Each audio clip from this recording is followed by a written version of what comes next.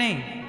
ऐसे ही भगवान अपने भक्तों से प्रेम ज्यादा करते हैं, इसलिए भगवान खुद आते हैं। बाकी और के यहाँ लिफाफा आता रहता है, हमारे यहाँ भगवान खुद आते हैं। बोलो हाँ। इसलिए हमारे भगवान कभी राम बन के, कभी कृष्ण बन के, कभी नरसिंह बन के आए। बोलिए नरसिंह भगवान की, 2400 अवतारों की।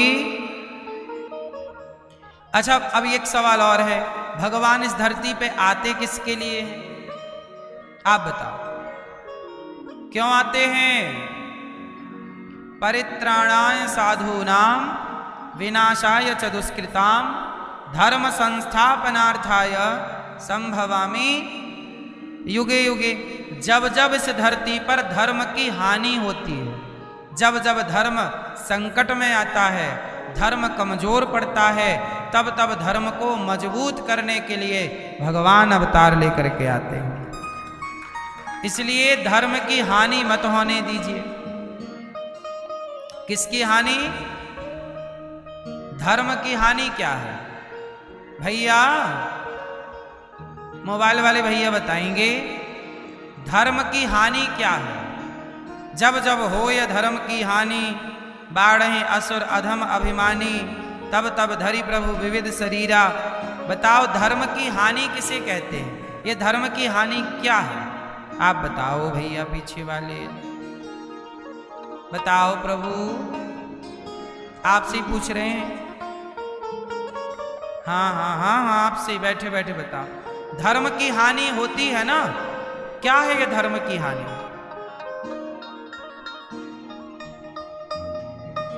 बैठे बैठे बताइए बिंदास, बोलो।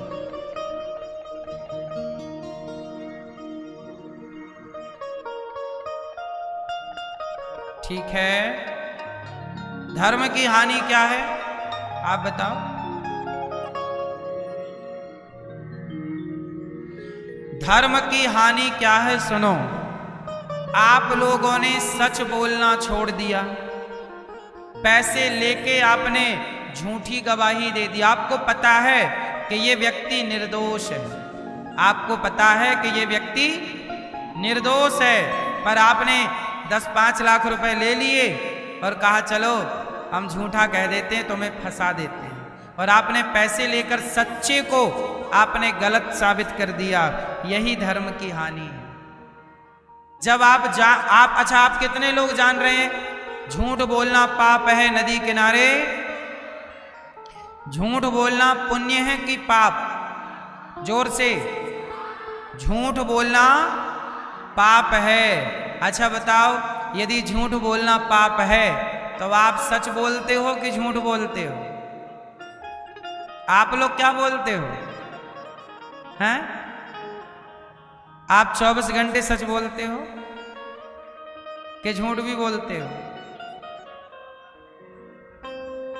यदि आप सच बोलते हो तो हम आपको प्रणाम करते हैं, लेकिन जिनको पता है कि झूठ बोलना पाप है, वो भी दिन भर झूठ बोलते रहते हैं। जब आपको पता है कि झूठ बोलना पाप है, तो फिर क्यों झूठ बोल के पाप कमा रहे हो? पता है कि झूठ बोलना पाप है, फिर भी झूठ बोल रहे हो। यही धर्म की हानि है कि आपको धर्म का ज्ञान तो है कि झूठ बोलना पाप है, फिर भी जान करके आप झूठ बोल के पाप कमा रहे हो। यही धर्म की हानि। इसलिए कहता हूं कि कोशिश करिए कि धर्म पर चलें। किस पर चलना चाहिए? प्राण जाए पर धर्म न जाए। धर्मो रक्षति रक्षिता। जो धर्म की रक्षा करता है, धर्म उसकी रक्षा करता है। किसी भी परिस्थिति में धर्म का परित्याग नहीं करना चाहिए। स्त्री का धर्म क्या है? पुरुष का धर्म क्या है? पिता का धर्म क्या है? पुत्र का धर्म क्या है? राजा का धर्म क्या है? प्रजा का धर्म क्या है? सबके अपने अपने धर्म हैं। लेकिन आज लोगों से पूछो कि तुम्हारा धर्म क्या है, लोगों को पता ही नहीं कि उसका धर्म क्या है। विद्यार्थियों का भी धर्म होता है। बताओ विद्यार्थियों का धर्म क्या है? आप लोग बताओ विद्यार्थी। हाँ, क्या धर्म है आपका? हाँ, विद्यार्थियों के पंच लक्षण नहीं बताए आपको? जरूर उसका ध्यान करना चाहिए। अल्पाहारी ग्रही त्यागी, सुना नहीं? काग चेष्टा वको ध्यानम। बच्चों के जीवन में सबका अपना अपना धर्म है। विद्यार्थी का धर्म है पढ़ना, उसका धर्म क्या है? बस। स्त्री का धर्म है पति की सेवा करना, पुरुष का धर्म है माता पिता की सेवा, अतिथि की सेवा करना, सच बोल के रोटी कमाना सबका धर्म है। रोटी कमाओ पर सच की रोटी हो, झूठ की रोटी ना हो, सबका धर्म है। इसलिए सबको अपने अपने धर्म का बोध होना चाहिए। आजकल क्या हो गया पता है? किसी को अपना धर्म पता ही नहीं, पता ही नहीं कि आपका धर्म क्या है। आजकल अपने अपने स्वधर्म का पालन करने वाले लोग कम बचे हैं, कम। इसलिए कहता हूं कि जो अपने धर्म का पालन करता है वही भगवान को प्रिय लगता है। यदि आप अपना धर्म छोड़ के कुछ और करेंगे तो भगवान आपको पसंद नहीं करेंगे। उदाहरण से समझो, जैसे अर्जुन कहते हैं कि मैं जंगल में जाके तपस्या करूंगा, तब भगवान कृष्ण बोले कि यदि तुम जंगल में जाओगे तपस्या करोगे तो तुम नरक में जाओगे। अब बताइए, तपस्या करने वाला नरक जा सकता है? पर भगवान कृष्ण कह रहे हैं कि तुम नरक जाओगे अर्जुन। क्यों जाओगे? क्योंकि तुम क्षत्रिय हो, तुम रणभूमि में खड़े हो, तुम्हारा धर्म इस समय केवल युद्ध करना है। यदि युद्ध करने से तुम भागे तो कितनी भी तपस्या करो तुम नरकगामी हो जाओगे। जो व्यक्ति अपने धर्म को छोड़कर भाग जाता है वो नरकगामी हो जाता है। इसलिए कभी भी अपने धर्म का, अपने कर्तव्यों का पालन किसी भी हाल में करना चाहिए, उस धर्म का परित्याग नहीं करना। अर्जुन को कह रहे हैं ये बात, लगो अपने धर्म में, तुम्हारा धर्म है गांडीव उठाओ, चलाओ, मर जाओ युद्ध में तो वीर गति को पाओगे, और मैदान छोड़ के भागोगे तो नरक पाओगे। सोचिए, जंगल में बैठ के तपस्या करना भी कई बार आपको, यदि धर्म छोड़ के आए हो तो वो तपस्या भी तुम्हें फल नहीं देगी। जो बेटा अपने माँ बाप को छोड़ के चला जाता है, माँ बाप तड़प रहे हैं भूखे प्यासे और बेटा जंगल में बैठा तपस्या कर रहा है, तुम्हें तपस्या करने से पुण्य ना मिलेगा, पाप लगेगा। तुमने अपने कर्तव्य का पालन क्यों नहीं किया? सवाल ईश्वर करेंगे, जब तुम्हारी माँ थी, तुम्हारा बाप था, तुमने अपने माँ बाप की सेवा क्यों नहीं की? क्या सेवा करते हुए तुम मेरा चिंतन नहीं कर सकते थे? तुमने अपने बूढ़े माँ बाप को क्यों छोड़ा? बूढ़े माँ बाप का चिंतन क्यों नहीं किया? अपने कर्तव्य क्यों छोड़ के भागे? अब जैसे कोई स्त्री अपने पति को छोड़े आवे और वृंदावन में बैठी राम राम राम राम, जब महाराज मैं तो बड़ा भजन करती हूँ, भजन नहीं कर रही हो, तुम पाप कर रही हो। तुम यदि अपने पति को छोड़ चुकी हो, और अपने पति को छोड़कर यदि कोई नारी अपना धर्म कर्तव्य छोड़ के यदि ईश्वर का भी आराधना करता है तो ईश्वर उसके चिंतन से प्रसन्न नहीं होते। ईश्वर तब प्रसन्न होते हैं जो व्यक्ति का जो कर्तव्य है, जो धर्म है, वो अपने धर्म का ईमानदारी से पालन करता हुआ भगवान का चिंतन करता रहे। सही है? स्वधर्मे निधनम श्रेयः, गीता में लिखा है, स्वधर्मे निधनम श्रेयः परधर्मो भयावह। अपने धर्म का पालन करना श्रेष्ठ है। अच्छा सुनो, एक पुंडलीक नाम के भक्त हुए महाराष्ट्र में। कौन भक्त? पुंडलीक, पुंडरीक भी कहते हैं उनको। पुंडरीक नाम के एक भक्त हुए, वो अपने माँ बाप की सेवा करते थे। इतनी सेवा किए, इतनी सेवा किए कि एक दिन द्वारिकाधीश बोले, रुक्मणी जी मुझे जाना है। रुक्मणी जी बोली, कहाँ जाना है? बोले, मेरा एक भक्त है, उसको दर्शन देने जाना है। जबकि पुंडरीक कभी भगवान कृष्ण का नाम नहीं जपा, ना वो कृष्ण को जानता, ना वो कृष्ण का भक्त था, ना वो कृष्ण को जानता, ना माला जपता। एक ही काम करता, केवल अपने माता पिता की सेवा। तो भगवान कृष्ण बोले कि मुझे जाना है। तो रुक्मणी मैया बोली मैं भी चलूं, आपके भक्त को मैं भी देख आऊं।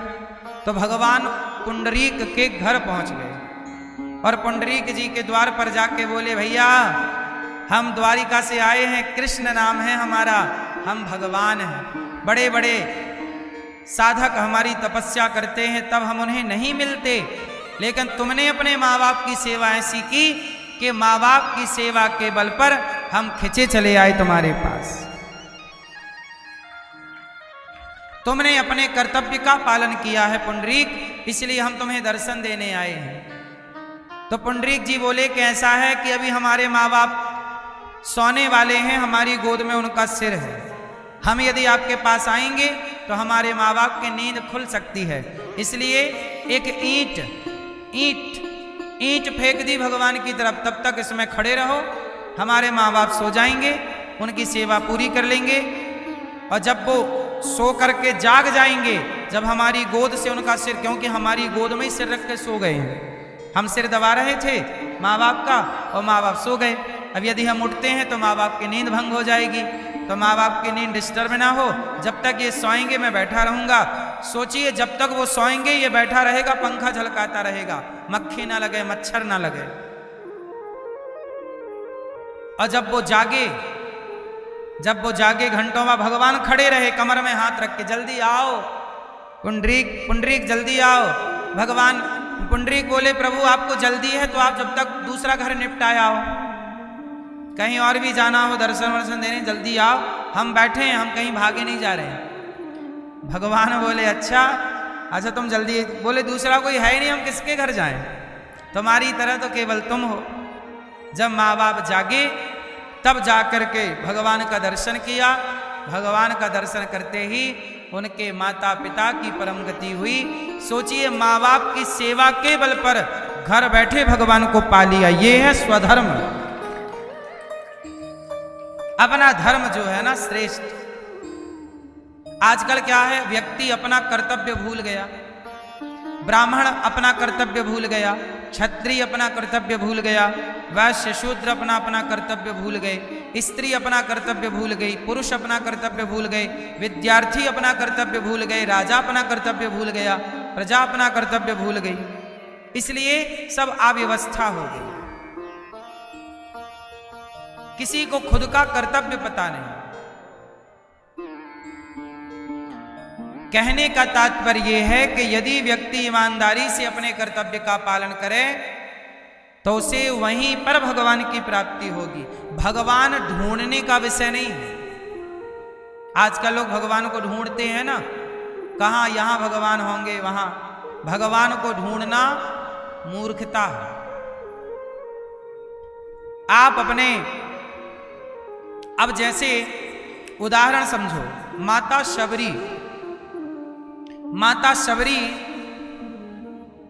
शबरी ने राम को ढूंढा कि राम ने माता शबरी को ढूंढा। यदि भगवान को ढूंढती तो माता शबरी भी ढूंढती रहती, लेकिन शबरी ने राम को नहीं ढूंढा, राम ने शबरी को खोजा है। क्या है शबरी के अंदर? शबरी के अंदर क्या गुण था? जोर से शबरी को राम क्यों मिले? उत्तर कौन देगा? शबरी को राम क्यों मिले?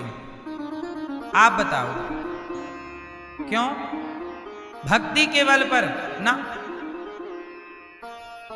शबरी को राम क्यों मिले? क्यों? क्या? विश्वास ना।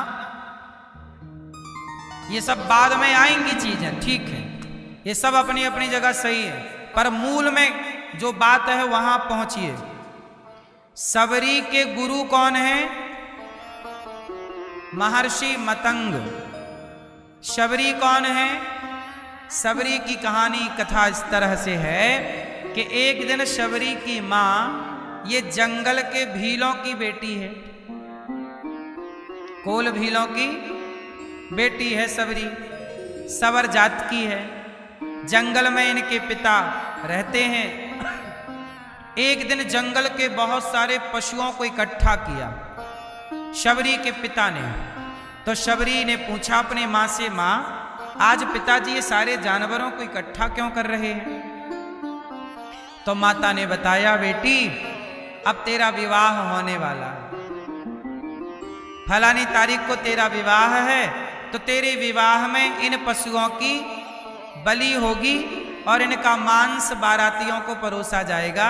इसलिए तुम्हारे पिता जंगल से हिरन, भेड़, ये सब जंगली जानवर इकट्ठा करने लग गए हैं, क्योंकि तुम्हारे बारातियों को ये सब परोसा जाएगा। बारातियों की विशेष डिमांड है, जैसे आजकल डिमांड नहीं होती। आजकल विवाहों में मछली का अलग होता है, मुर्गा अलग खा रहे हैं लोग, मछली का काउंटर अलग है, मुर्गा वाला अलग है। शराब की भी व्यवस्था आजकल लड़की का बाप रखता है बारातियों के लिए। लड़की का बाप लड़की का ब्याह कर रहा है कि शराब का ठेका खोल के बैठ गया है। क्यों भैया? ये बेटी का विवाह यज्ञ है। विवाह क्या है? बोलो जोर से। विवाह अपने आप में क्या है? एक यज्ञ है। मंडप के नीचे दुल्हा दुल्हन आहुतियां डालते हैं, वो यज्ञ मंडप होता है। उस यज्ञ वेदी की परिक्रमा होती है, वही अग्नि को साक्षी मान करके विवाह होता है। फेरे होते हैं किसके? अग्नि कुंड के, वो यज्ञ की अग्नि है। बेटी का विवाह भी यज्ञ है या नहीं? अब बेटी के विवाह में बाप शराब पिला रहा है बारातियों को, तो बताओ यज्ञ में शराब होना, यज्ञ में मछली है, यज्ञ में बताओ आजकल शादी ब्याह में एक मुर्गा है, मछली, सब काउंटर होते कि नहीं? बारातियों को खुश करने के लिए लड़की का विवाह जब बाप सब करता, पैसे वाला सब करता, महंगी महंगी शराब ला के रखता है। पैसे ने तुम्हें कहां पहुंचा दिया? इतने गड्ढे में गिर जाओगे सोचा नहीं था। यज्ञ को यज्ञ के तरह से करो, है ना? बुद्धि भ्रष्ट हो गई है अब कुछ लोगों की। जो कार्य नहीं करना चाहिए वह भी आधुनिकता के नाम पे लोग कर रहे हैं, और वो पाप है। अब जरा बताओ, बेटी के विवाह में शराब पीते हैं बाराती, शराब पिए और शराब पी के टुन्न हो जाते हैं, और फिर बेटी को आशीर्वाद देने जाते हैं शराब पी के, यहाँ झूम रहे। शराब पी के मामा, फूफा, जीजा, रिश्तेदार, पड़ोसी सब शराब पिए हैं और शराब पी के आशीर्वाद दे रहे हैं बेटी को। इन शराबियों का आशीर्वाद लेना था तुम्हें अपनी बेटी के लिए? बताओ, इन गधों का आशीर्वाद ना लेना। आशीर्वाद भी श्रेष्ठ पुरुषों का लिया जाता है, सबका आशीर्वाद नहीं लिया जाता। जो शराब पी के तुम्हें आशीर्वाद दे, वो आशीर्वाद देगा कैसा? इन गधों के आशीर्वाद से तुम्हारा सब ठीक रहेगा? बोलो, सच बताओ। बेटी को जो आशीर्वाद देने जाते हैं परिवार के लोग जयमाला के टाइम, उस समय अधिकांश लोग शराब पिए रहते हैं कि नहीं? बोलो हाँ। और की तो छोड़ो, मंडप में बैठा हुआ दुल्हा भी शराब पी के बैठता है। दुल्हा जो कि स्वयं यज्ञ का प्रधान यजमान है। दुल्हा कौन है? मंडप के नीचे गए हो ना? मंडप क्या है? यज्ञशाला है। आहुतियां पड़ेंगी तुम्हारे हाथ से, यज्ञ हो रहा है। और आजकल ये परंपरा और है, जूता पहना के यज्ञशाला में बिठाते हैं, जूता पहने और आहुतियां दे रहे हैं। थोड़ी तो बुद्धि लगा, है ना? पहले के जमाने में लकड़ी की चरण पादुका होती थी। बेटी का विवाह इत्यादि बड़े तौर तरीके से होना चाहिए। तो कुल मिला के कहना ये है कि शबरी माता जो हैं उनके विवाह में पशुओं की बलि के लिए बहुत सारे जानवर इकट्ठे किए। शबरी बड़ी परेशान हुई, क्या करूं। तब रात के 12 बजे शबरी ने जाकर जंगल के सारे पशुओं को जहां कैद थे उनका दरवाजा खोल दिया। सारे पशु पक्षी, सारे पशु जंगल की ओर भागे और पशुओं ने आवाज दी, शबरी तूने हमें मुक्त किया है बेटा, भगवान तुझे मुक्त करेंगे। शबरी ने पशुओं को आजाद किया और शबरी जंगल चली गई, अपने घर से भाग गई। जंगल में उन्हें एक संत का दर्शन हुआ, महर्षि मतंग।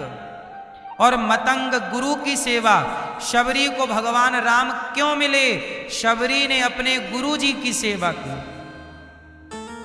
गुरु जी की सेवा की तो गुरु जी ने उन्हें मंत्र दिया कि तू अब राम राम जपना,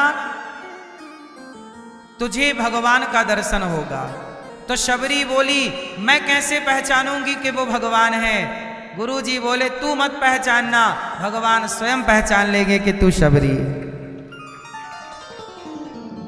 केवल सेवा की थी, याद रखिए, सेवा की। गुरु ने बताया कि ये मंत्र जपो, अपने गुरु के दिए मंत्र पर श्रद्धा रखी। उसने कभी राम को नहीं देखा, उसने कभी राम के बारे में नहीं जाना, केवल गुरु के वचनों पर भरोसा किया। तो शबरी को राम क्यों मिले? गुरु की सेवा और गुरु के वचनों पर जो भक्त विश्वास करता।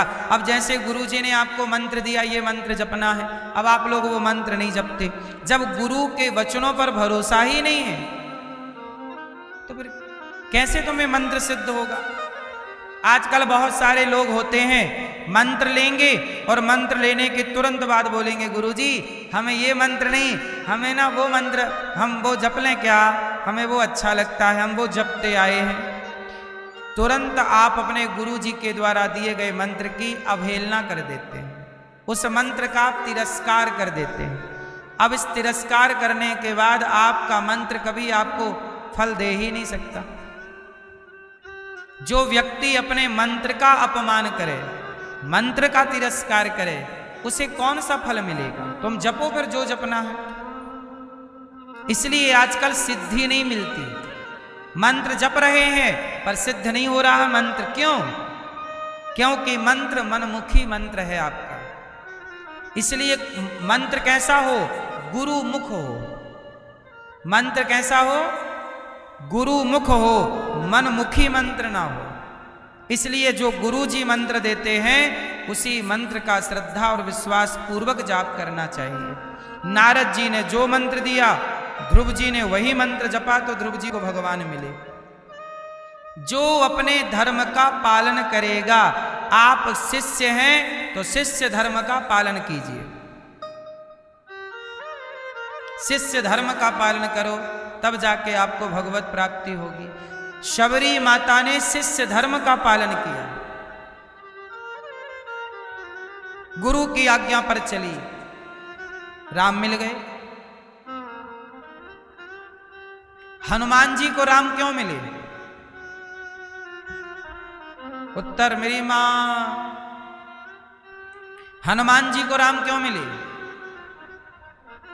उत्तर हनुमान जी को राम क्यों मिले? क्योंकि हनुमान जी ने भी अपने गुरु की आज्ञा का पालन किया।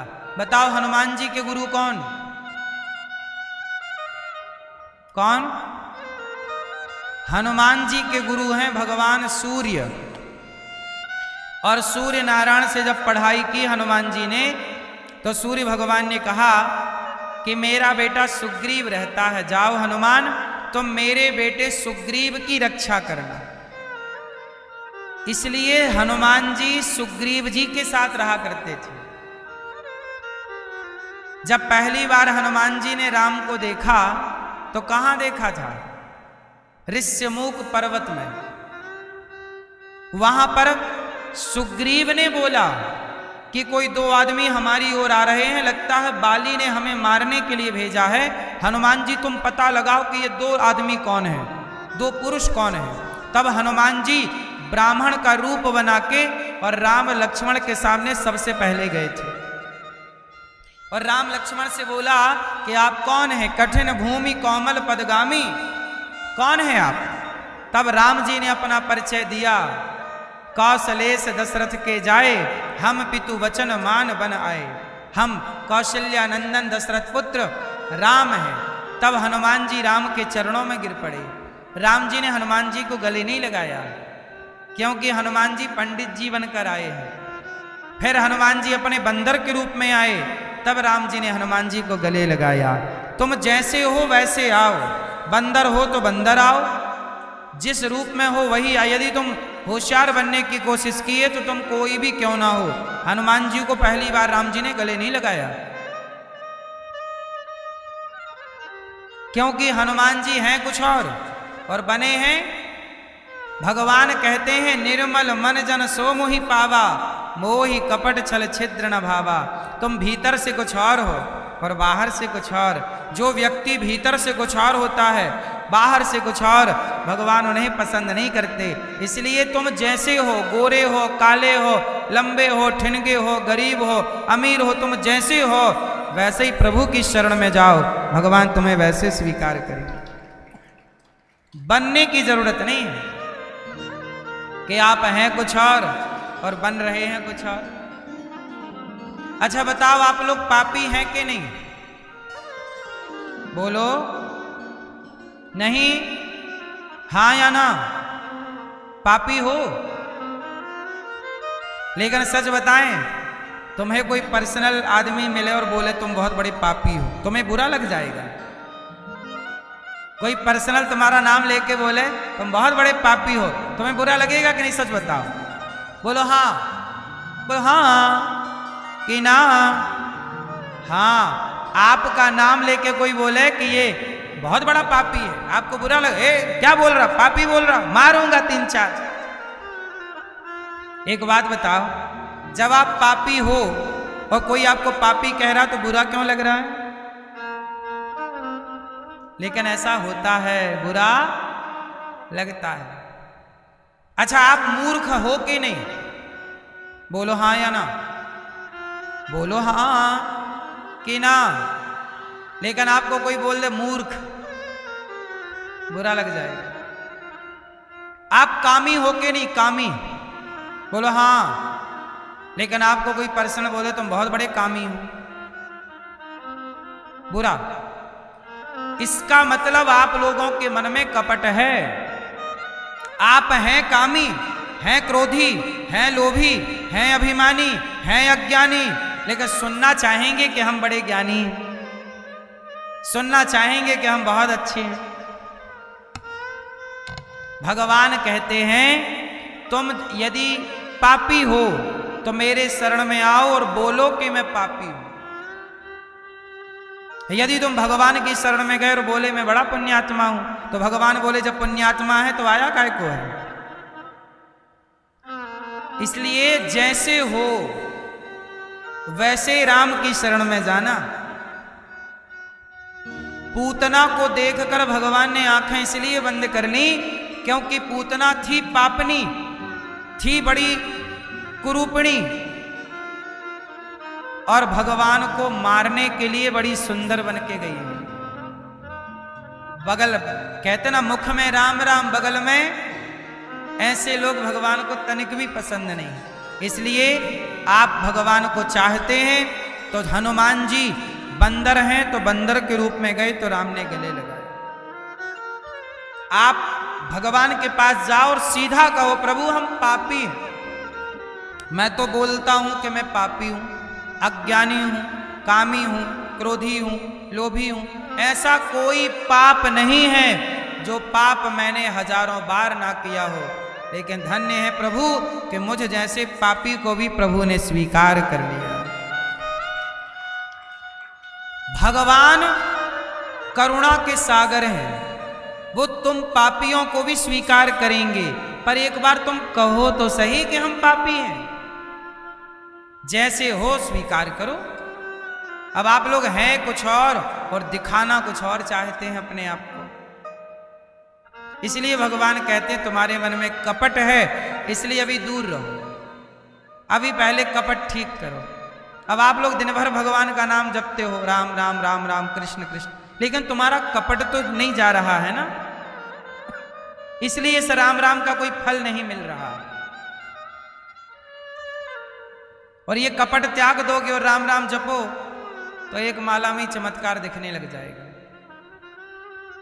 इसलिए मेरी मां हनुमान जी ने अपने गुरु की आज्ञा का पालन किया, गुरु की सेवा की, इसलिए राम जी हनुमान जी पर कृपा करते हैं। इसलिए भगवान मिलेंगे तब मिलेंगे जब आप अपने कर्तव्यों का, अपने धर्म का पालन करेंगे। मेरा धर्म है सेवा करना, मैं अपना धर्म का पालन करता हूं। भगवान मिलेंगे तो इसी सेवा पर मिलेंगे, मुझे और कुछ करने की जरूरत नहीं है। आप गृहस्थ हो, आप अपने कर्तव्य का पालन कीजिए। अब तुम्हारे द्वार से कोई अतिथि भूखा चला जाए, तुम्हारे द्वार से कोई साधु भूखा चला जाए और तुम बैठे माला जप रहे हो, भगवान का ना भजन बोले, हम तो भजन कर रहे हैं हमें भगवान मिल, नहीं, तुम्हारा भजन राम राम जपना नहीं है। तुम गृहस्थ हो, पहले ये देखो तुम्हारे द्वार पे कोई भूखा तो नहीं है, कोई तुम्हारे दरवाजे से भूखा ना जाए, ये तुम गृहस्थ का धर्म है। तुम ये ध्यान रखो, तुम्हें माला जपने का फल अतिथि की सेवा से ही मिल जाएगा। तुम सेवा करते हुए नाम जपो, समय मिल जाए तो बैठ के अपना माला जपो, अलग से समय है या चलते फिरते नाम जपो, सेवा करते नाम जपो। मैं तो वृद्ध माँ के पांव दबाता हुआ नाम जप लेता हूँ भगवान का। नाम जपने के लिए मुझे अलग से टाइम निकालने की जरूरत नहीं है। मैं काम करता हुआ, झाड़ू लगाता हुआ, बर्तन धुलता हुआ, सेवा करता हुआ, गाड़ी चलाता हुआ, खेत में खलिहान में आता जाता, खाता पीता सोता जागता, हर समय भगवान का स्मरण। बोलो हाँ। प्रिय भक्तों, तो भगवान शबरी मां को भी मिल गए, केवल इसलिए कि उन्होंने सेवा की, गुरु वचनों का पालन किया। इसलिए भगवान के मिलने में तनिक भी देर नहीं है। आपके आजकल आदमी क्या नहीं करना चाहता, आज के युग में व्यक्ति सेवा नहीं करता। किसी से कह दो कि भैया जरा यहां झाड़ू लगा दो, अरे हम झाड़ू लगाने आए हैं क्या। आज के जमाने में लोग सेवा नहीं करते। क्या नहीं करते? सेवा। उन्हें लगता है माला जपें। अरे माला जपना बड़ा सरल है, सरल काम सब करते हैं। बताओ माला जपना सरल है कि सेवा करना? बोलो। इसलिए सरल, उनको लगता है सरल तरीके से भगवान मिल जाए, लेकिन ये माला भी जब तब सार्थक होगा जब सेवा होगी। आजकल बेटा सेवा कहां कर रहा अपनी मां की? बेटा सेवा करता तो हमें वृद्धाश्रम बनाने की क्या जरूरत पड़ती। आजकल बहुएं सेवा नहीं करती अपने सास की, कुछ बहुएं। आजकल सासें अपने बहुओं के साथ अच्छा व्यवहार नहीं करती, कुछ सासें। सेवा कोई नहीं करना चाहता, सबको बिना सेवा के भगवान पाना है। संभव नहीं है साहब, 3-4 जन्म और लेके बाद में बात करना इस विषय में। इसलिए पहले का व्यक्ति क्या करता था? पहले का व्यक्ति सेवा लेता था। पहले का आदमी आश्रमों में जाता था, कहता था गुरुजी हमें कोई सेवा दे दो, हम सेवा करेंगे। झाड़ू लगाने की सेवा, बड़े बड़े पंजाब में मैंने देखा, जो हमारे सिख भाई होते हैं ना, बड़े बड़े घरों की बहन बेटियां भी सिख परिवारों की लंगरों में सारे भक्तों की जूठी थालियां धुलने की सेवा करती हैं। बड़े बड़े घर की बहुएं थाली धुल रही हैं। और आज किसी से कह दो कि भाई जरा भक्तों की थाली धुलो, अरे भाई हम बर्तन धुलने वाले दिख रहे हैं आपको। आजकल लोग सेवा को हीन भावना से देखते हैं। बोले थाली धुलना ये सेवा करेंगे, झाड़ू ये सेवा करेंगे, जबकि यही सेवा मुख्य है। सेवा कोई नहीं करता साहब, सेवा का बड़ा अभाव है। सोचिए, गौरी गोपाल आश्रम में अखंड भोजन बढ़ता है ना, जो भोजन बांटते हैं चावल, वहां ऊपर देखा होगा एक लड़का चावल बांट रहा है, एक रोटी बांट रहा है, एक सब्जी बांट रहा है, एक दाल बांट रहा है। हमने 24 घंटे भोजन बांटने वाले लोगों को भी उनकी महीने की सैलरी देते हैं और वो सेवा करते हैं। सोचिए, ये कहने वाले भी कम लोग हैं कि आओ हम 3-3 घंटे की सेवा लेंगे। 3 घंटे आप खड़े होकर केवल भोजन बांट सकते हैं। रोटी बांटिए, आपको खर्चा नहीं करना 1 रुपया, केवल रोटी उठा उठा के भक्तों की थाली में रखना, ये भी एक सेवा है। लेकिन आजकल ये भी किसी से कहो तो उसके हाथ दर्द करने लग जाते हैं, 10 मिनट में भाग जाता है। चावल बांटने का कहो भैया बांट लो, थक जाएगा। सेवा नहीं करना, बोले हम माला जपेंगे, माला जपेंगे, माला जपो भैया चलो। सेवा सबसे कठिन काम, इस धरती में सबसे कठिन काम क्या है? सेवा। और सबसे सरल काम क्या है? माला जपना। इसलिए लोग सरल काम की तरफ जल्दी भागते हैं। सेवा नहीं हो रही है। माँ बाप के पांव दबाने का कहो कि माँ बाप की सेवा कर लो, नहीं, पांव नहीं दबाएंगे। इसलिए हम आपसे कहते हैं कि जीवन में सेवा करिए, ईमानदारी से करिए। ये बात मैं क्यों कह रहा हूं? हमारा पूरा जीवन सेवा करते गुजरा है। मैं ये दास अनिरुद्ध, मैं अयोध्या जी में पढ़ता था, और जब पढ़ता था तो वहां मुझे विद्यार्थी जीवन में सेवा दी गई थी, नाश्ता बनाने की, बाल भोग। ईमानदारी से मैं बाल भोग बनाता था। जब हम पढ़ते थे हमें झाड़ू लगाने की सेवा दी गई, पोंछा लगाने की, हम पोंछा लगाते, झाड़ू लगाते, है ना।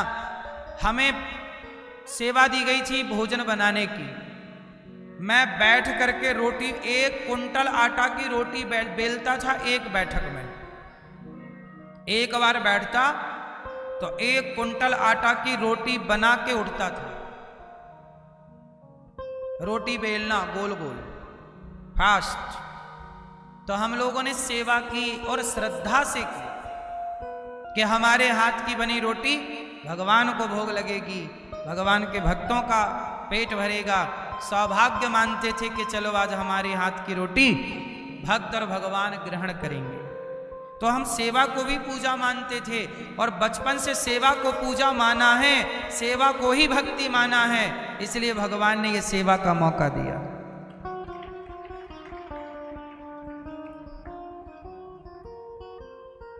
सेवा, सास की सेवा, ससुर की सेवा, पति की सेवा, जो सेवा ईश्वर दे दें, सेवा। हम बचपन में एक संत जी के पास रहते थे, कई महीने उनके पास रहे। उनकी सेवा हमने बड़ी तल्लीनता से की। उनके पांव में तेल लगाना, उनकी लंगोटी धुलना, उनके लिए भोजन बनाना, उनके बर्तन धुलना, उनके कपड़े धुलना, उनके समय पर गर्म पानी की व्यवस्था करना स्नान के लिए, सेवा। और उसी सेवा को कहते हैं, तुम्हारी सेवा कोई इंसान देखे ना देखे, और याद रखिएगा सेवा का फल कभी व्यक्ति नहीं देता। आप जिनकी सेवा करोगे वो व्यक्ति आपको फल नहीं देगा उस सेवा का, सेवा का फल हमेशा भगवान देते हैं। इसलिए सेवा इसलिए करो कि हमारे द्वारा की गई सेवा को भगवान देख रहे हैं। सेवा कोई भी सेवा हो सकती है।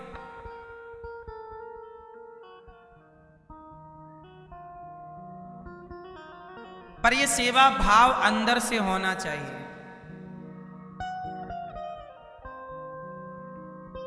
गौरी गोपाल में एक लड़का है, यहां रसोई में काम करता है।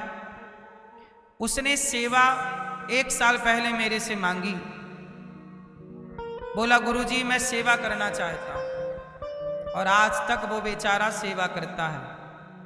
उसको खर्चे के जितने पैसे चाहिए होते हैं वो उतना ले लेता है, बाकी कोई सैलरी नहीं लेता। बोलता है कि मैं सेवा करूंगा तो मुझे सब कुछ मिल जाएगा, और वो ईमानदारी से जो हम काम उसे देते हैं वो ईमानदारी से अपने काम को करता है। उसी सेवा के बल से, वही सेवा उसकी भक्ति है, वही सेवा से उसको भगवान सब कुछ देंगे। तो ऐसे लोग भी हैं समाज में, इस देश में, इस धरती में। सेवा, आप लोगों से बस मेरी इतनी प्रार्थना है, अपने घर पे रहो, अपनी जिम्मेदारियां पूरी करो, पर जो तुम्हें ईश्वर ने सेवा दे रखी है, माता पिता की, परिवार की, बच्चों को पढ़ाना लिखाना, योग्य बनाना, यह भी माँ बाप की एक सेवा। आजकल माँ बाप भी तो अपना फर्ज पूरा नहीं कर रहे हैं, बच्चों की सेवा नहीं कर रहे हैं माँ बाप।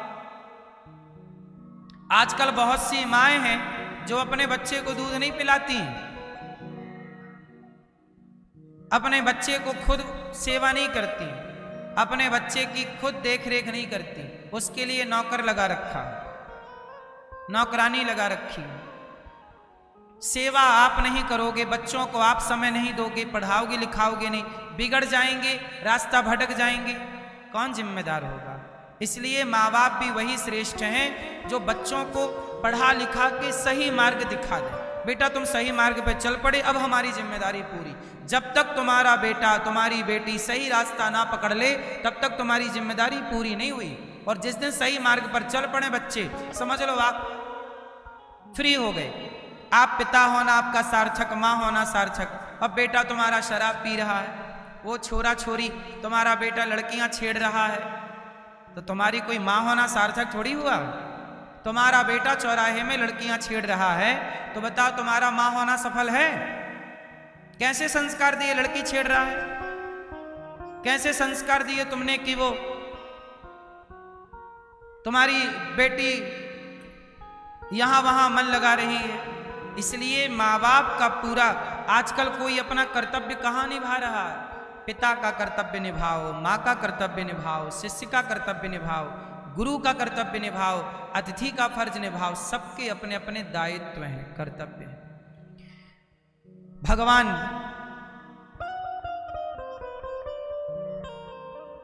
चौबीस अवतारों के बाद वेद व्यास जी ने नारद जी को कहा कि मैं बड़ा परेशान हूं, क्या करूं? तब कहा कि आप भागवत जी की रचना कीजिए, भागवत जी की रचना करो। ठीक है, किसकी रचना करो? भागवत जी की। वेद व्यास जी ने भागवत जी की रचना की। कहां से? द्रौपदी के 5 बेटों को अश्वत्थामा ने मार दिया। यहां से बात शुरू की। पूरा महाभारत हुआ, कौरव पांडव 2 पक्ष, पांडव जीते, कौरव हारे। जब कौरव हार गए तो दुर्योधन ने अश्वत्थामा से कहा कि पांडवों को तुम मार डालो, पर पांडवों के रक्षक तो भगवान थे। तो द्रौपदी के 5 बेटों को पांडव समझ लिया गलती से अश्वत्थामा ने, और 5 बच्चों की हत्या कर दी, सिर काट लिया। जब द्रौपदी को पता चला कि मेरे पुत्रों को मार दिया अश्वत्थामा ने, तो अर्जुन अश्वत्थामा को पकड़ने गए। अश्वत्थामा ने ब्रह्मास्त्र चलाया। अर्जुन दौड़े दौड़े आए और भगवान से बोले, कृष्ण कृष्ण महाबाहो भक्तानां भयंकर त्वमेको दह्यमानानां मपवर्गोऽसि संस्रते। कृष्ण कृष्ण महाबाहो, हे कृष्ण रक्षा करिए। भगवान ने कहा अर्जुन तुम भी ब्रह्मास्त्र चलाओ। अर्जुन ने ब्रह्मास्त्र चलाया, दोनों ब्रह्मास्त्र हो गए शांत। भगवान ने अश्वत्थामा को पकड़कर द्रौपदी के सामने खड़ा किया। ये अश्वत्थामा कौन है? अश्वत्थामा गुरु द्रोणाचार्य के बेटे हैं। देखो, गुरु द्रोणाचार्य के बेटे हैं, बड़े बाप के बेटे हैं, पढ़े लिखे हैं, पर कर्म कितना घिनौना कर रहे हैं। इन्होंने बच्चों की हत्या कर दी। ऐसा क्यों किया अश्वत्थामा ने? क्यों किया? आप कितने भी पढ़े लिखे हो साहब, लेकिन आप भले पढ़े लिखे हैं, लेकिन आप संगति शकुनी की और दुर्योधन की कर रहे हैं। संगति गलत है तो आपकी पढ़ाई लिखाई का कोई मतलब नहीं। वो पढ़ाई लिखाई आपको प्लस ना करेगी, माइनस करेगी। गुरु द्रोणाचार्य के बेटे अश्वत्थामा ने बच्चों की हत्या कर दी। पढ़े लिखे बहुत हैं पर काम कितना घटिया। भगवान ने इन्हें कहा कि जाओ तुम अमर हो जाओ। इन्होंने उत्तरा के गर्भ को भी नष्ट करने के लिए ब्रह्मास्त्र चलाया। तब भगवान ने इनको बोला कि तुम अमर हो जाओ। आज भी अश्वत्थामा अमर हैं, मरे नहीं। क्यों? भगवान कहते हैं तुम मर जाओगे तो एक बार में मर जाओगे, पर तुम जिंदा रहोगे तो घुट घुट के रोज मरोगे। जो तुमने पाप किया है उसकी सजा यही है कि तुम जिंदा रहो। कई बार जिंदा रहना भी मरना होता है, पता है आपको? हाँ या ना? कई बार ऐसी स्थितियां पैदा हो जाती हैं कि जिंदा रहना भी मरने जैसा लगता है। कई लोग मौत की भीख मांगते हैं, हमें मार दो भैया, लेकिन मौत समय के पहले आती नहीं। मौत भी समय के पहले नहीं आती। वैसे मुझे लगता है कि मौत सबसे अच्छी होगी। क्यों? मौत अच्छी है कि बुरी है? बोलो। मौत इतनी अच्छी है कि उसे देख लेने के बाद किसी को आदमी देखना ही नहीं चाहता। इतनी अच्छी होगी ना वो, उसे पा लेने के बाद किसी और को पाना ही नहीं चाहता। इतनी अच्छी होगी वो। अश्वत्थामा को भगवान ने मौत नहीं दी।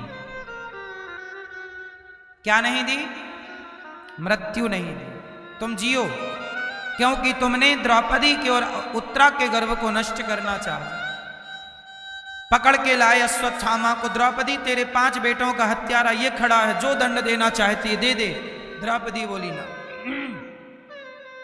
देखो, सामने वाले की तरह व्यवहार आपको कभी नहीं करना चाहिए। अश्वत्थामा गलत थे,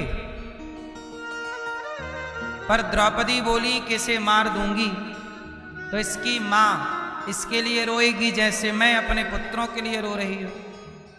आप मुझे मारें और मैं आपको मारूं, यह समाधान नहीं। समाधान क्या है? द्रौपदी बोल रही हैं कि इसने भले मेरे पुत्रों को मारा है, पर ये हमारे गुरु के पुत्र हैं। गुरु पुत्र गुरु के तुल्य हैं, इसलिए इन्हें ना मारो।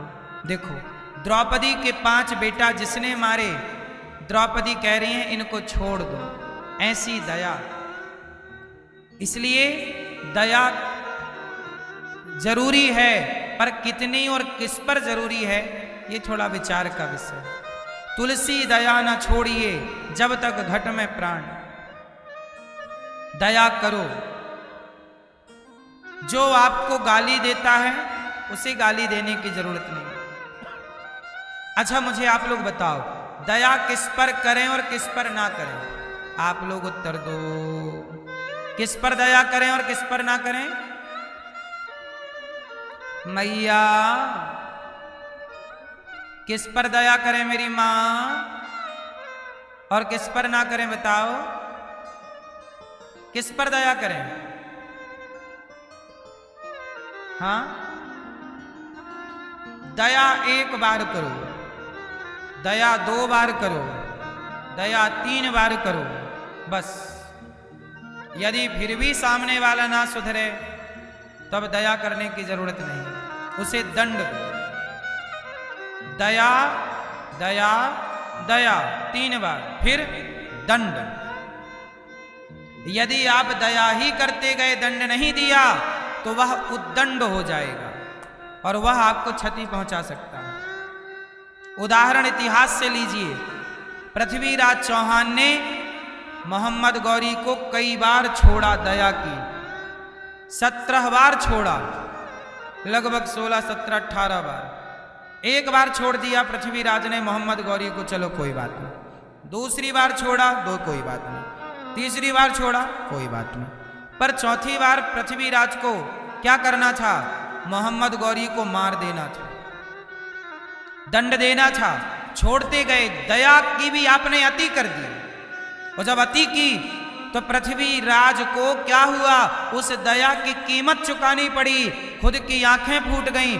पृथ्वीराज को मोहम्मद गौरी ने छल से पकड़ लिया, आंखें फोड़ दी और आपकी पत्नी को जिंदा आग में जलना पड़ा। तुमने इतनी दया क्यों की? इतनी दया ना कर लो कि तुम्हारी दया तुम्हें कायर बना दे, कायरता ना आए।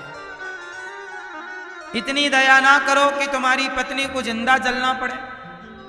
जरूरत से ज्यादा की गई दया कायरता कहलाती है। पृथ्वीराज को पकड़ लिया मोहम्मद गौरी ने और क्या किया? पकड़ के ले गया अपने देश और आंखें फोड़ दी। बाद में पृथ्वीराज ने उसे भी मारा। 4 बांस 24 गज अंगुल अष्ट प्रमाण, ताऊ पर सुल्तान है मत चूके चौहान।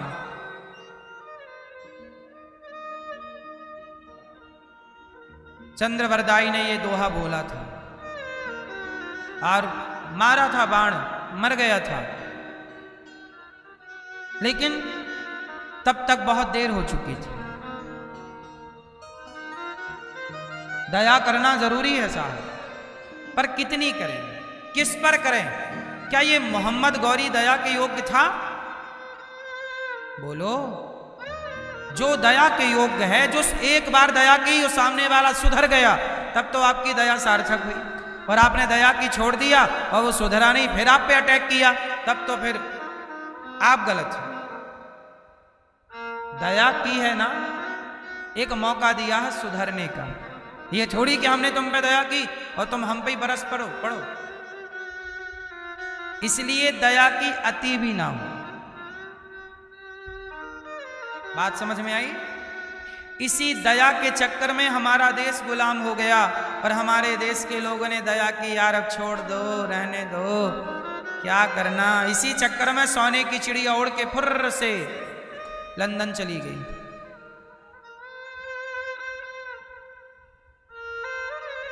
बोलो हाँ।